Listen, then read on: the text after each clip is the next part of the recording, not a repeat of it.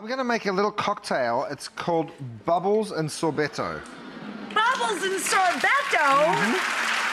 Prosecco, a little Saint Germain, and some lemon sorbetto. So the Prosecco, it's a cool sort of a bottle. It doesn't have a traditional... and has an actual cork. It's got an actual cork in it, and then pop, you still get that beautiful sound.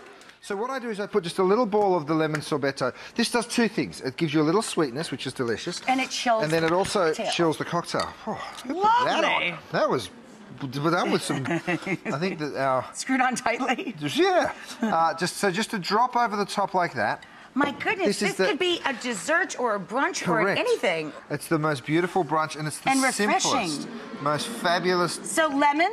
Lemon sorbetto, and then that Prosecco over the top.